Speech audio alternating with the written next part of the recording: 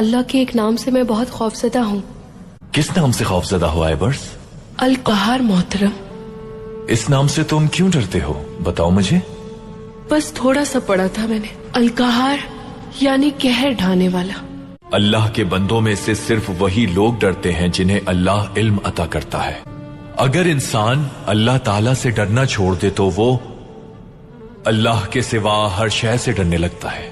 کئی لوگ اپنی حیثیت کھونے کے خوف میں ہوتے ہیں.